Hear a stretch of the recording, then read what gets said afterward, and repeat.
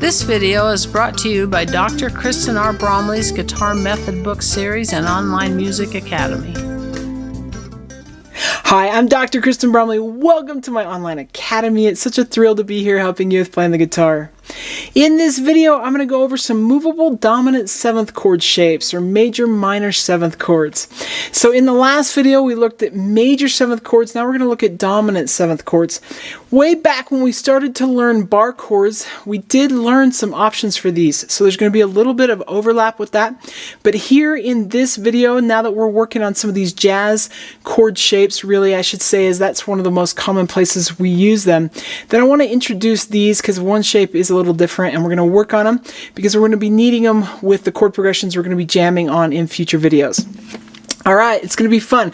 After I've gone over these shapes, of course, we will jam together on a chord progression with bass and drums accompaniment. So, super fun. This video accompanies Lesson 22 from my Chords and Harmony Books 1 and 2 Method book.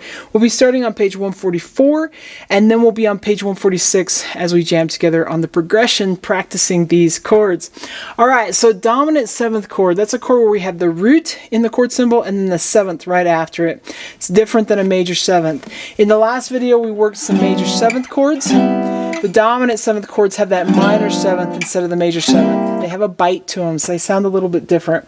Known as dominant 7th chords, also known as major chords with that minor 7th. So I got that there in parentheses. These ones, we've got, just like with the other ones, we've got a form that has the root on the low 6th string, and then a form that has the root on the 5th string. Wherever we position them along the fretboard, it's all about where that finger is and what note it's on for what version that we're playing. So we're going to learn these in 3rd position. So we'll start off with our root on the 6th string for the 6th string form, which makes it a G.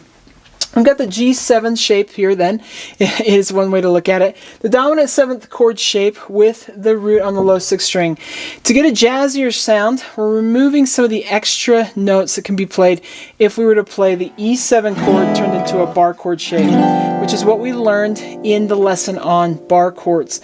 So this one's a little different. With this one, we're going to stick our index finger, middle finger, and ring fingers all on the same fret on strings 6, 4, and 2, and then pinky is going to be 1 fret higher on string 3, and we'll mute the 2nd string and mute the 5th string and the top string.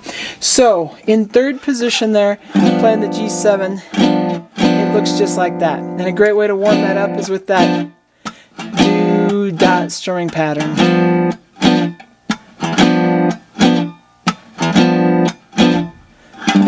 So you can get as comfortable with that one as you need to. Let's look at the 5th string form. This one does match the bar chord version that we learned. So we learned how we can take A7 and turn it into a bar chord shape. The only difference is we can use our index finger to play across strings 1, 3, and 5, or we can use it to play strings 3 and 5, but then just lift it up and mute that top string. So we don't have to have that high string if we don't want to. In the bar chord version, we tend to use it, but here in this more jazzy context, we don't always want that extra note in there on the top string. Ring and pinky fingers are 2 frets higher on the 4th and 2nd strings. So just like the A7 shape turned into a bar chord, we can play it that way. We can also just not play that top string. We can mute it. Just play those inside 4 strings. And we'd have C7. Get used to that with that little strumming pattern. You can practice going back and forth between the 2 chords. Just getting used to finding those shapes.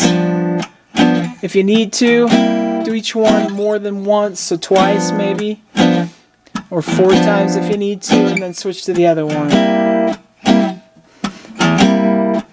We're going to jam together on a chord progression that really gets us working well with this chord, with these chords, in the area of the fretboard that we play them most often for all the different keys.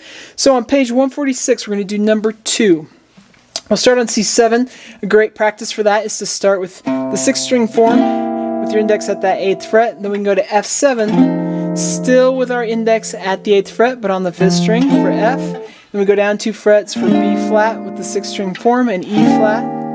Then we go down 2 frets for A flat and D flat, so that's in the 4th fret. Then we can slide up to the 9th fret to play G flat, still on the 5th string form, then down 2 frets to play B at the 7th and E at the 7th, and then down 2 frets to the 5th to play A and D, down 2 frets to play G and C, and that takes us all the way through that progression. I'm just going to go ahead and use that strumming pattern, do that, as I go around that. So we'll have bass and drums accompaniment. We'll do this at 3 different tempos. Great way to start getting comfortable with these chords, so it's going to be super fun. Each one of these, of course, will have the bass and drums, and will happen 3 different tempos. So we'll just go through all 3. It's going to be fun. Let's go ahead and play this together.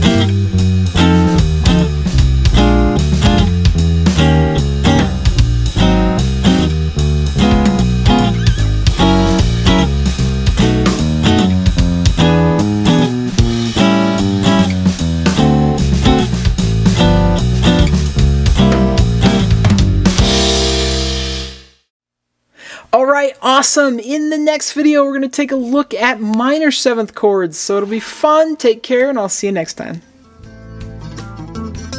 Thanks for watching this video. If you found it helpful, please hit the like button and subscribe to the channel. And be sure to check out more great content. You can find more information about me and my products at KristenBromley.com. Take care.